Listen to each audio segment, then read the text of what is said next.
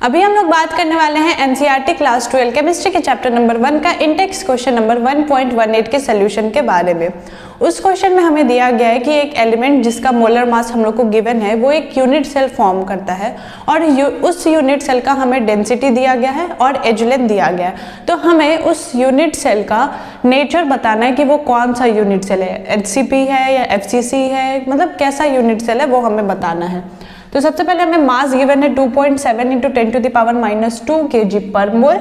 As length given है 405 picometre है। तो हम लोग क्या करते हैं ना, इसको मीटर में चेंज करते हैं। तो मीटर में चेंज करने के लिए क्या होगा, 405 × 10⁻² आ जाएगा, ये मीटर में हो गया। अब क्या करते हैं ना, इसको पॉइंट में कन्वर्ट करते हैं, मतलब यहाँ पे 4 के बाद पॉइंट लेते आते हैं। तो यानी कि तो हो जाएगा ये 4.05 × 10⁻⁻10 मीटर, ठीक है। और इसको हम लोग अप्रॉक्स 4 लेके चलते हैं, 4.05 को 4 लेके चलते ताकि हमारा कैलकुलेशन इजी हो। तो 4 × 10⁻10 मीटर, ठीक है।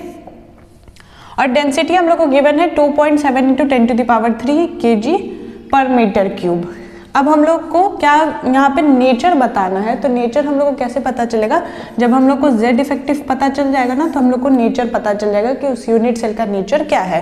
तो सबसे पहले हम लोग डेंसिटी का फॉर्मूला निकालते हैं, Z इफेक्टिव मल्टीप्लाई बाय जो मोलर मास हम लोग को गिवन है डिवाइडेड बाय एज लेंथ का whole cube multiply by Avogadro constant, ठीक है। डेंसिटी हम लोग को कितना, तो अब हम लोग को ये Z इफेक्टिव फाइंड करना है। तो हम लोग क्या करते हैं, डेंसिटी को राइट हैंड साइड लेते आते हैं और Z इफेक्टिव को लेफ्ट हैंड साइड लेते आते हैं। तो Z इफेक्टिव निकालने के लिए क्या करना पड़ेगा, density multiply by A cube multiply by Avogadro constant divided by mass.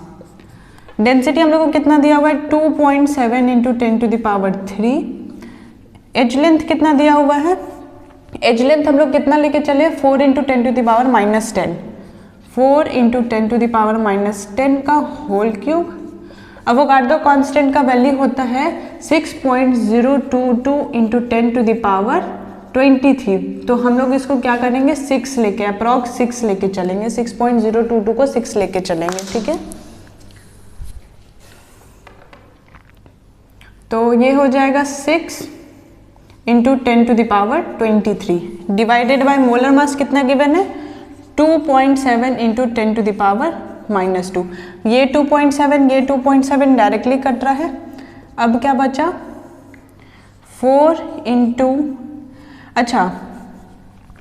4 का होल क्यूब कितना हो जाएगा, 4 4 जा 16, 16 4 जा 64 मल्टीप्लाई बाय -10 का होल क्यूब क्या हो जाएगा, 10⁻³ मल्टीप्लाई बाय 6 × 10⁻23 और ये 10⁻³ डिवाइडेड बाय 10⁻² है।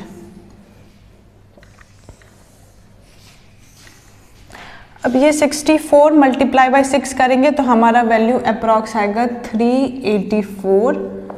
अप्रॉक्स क्या, 64 मल्टीप्लाई बाय 6 करते हैं तो हमारा वैल्यू 384 आता है।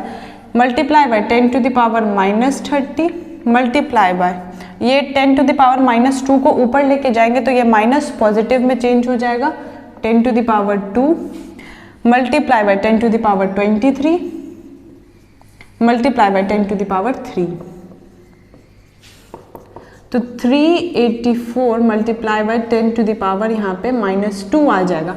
जब -32, 23 और 3 को जब हम लोग सॉल्व करेंगे तो हमारा वैल्यू -2 आ जाएगा। कैसे, 23 + 2 + 3 करेंगे तो हमारा वैल्यू क्या आएगा, 28 आ जाएगा। फिर 30 - 28 करेंगे तो हमारा वैल्यू -2 आ जाएगा, क्योंकि -30 साइन दिया हुआ है, 30 बड़ा है तो इसलिए हम लोग 30 का साइन यूज़ करेंगे। अब क्या करेंगे, इस पॉइंट को जैसे 384 × 10⁻² है, यानी कि ये क्या हो जाएगा, ये -2 नीचे आ जाएगा, 384 डिवाइडेड बाय 100 हो जाएगा, ठीक है। तो हमारा वैल्यू क्या आएगा, 384। ये किसके अप्रॉक्स है, 4 के अप्रॉक्स है। ये 4 के अप्रॉक्स है तो इसलिए क्या पता चलता है, Z इफेक्टिव कौन से यूनिट सेल का 4 होता है, फेस सेंटर्ड सेल का हमारा Z इफेक्टिव 4 होता है। तो nature of the unit cell क्या हो जाएगा, FCC face centred unit cell हो जाएगा। क्यों, क्योंकि हमारा Z इफेक्टिव 4 आ रहा है।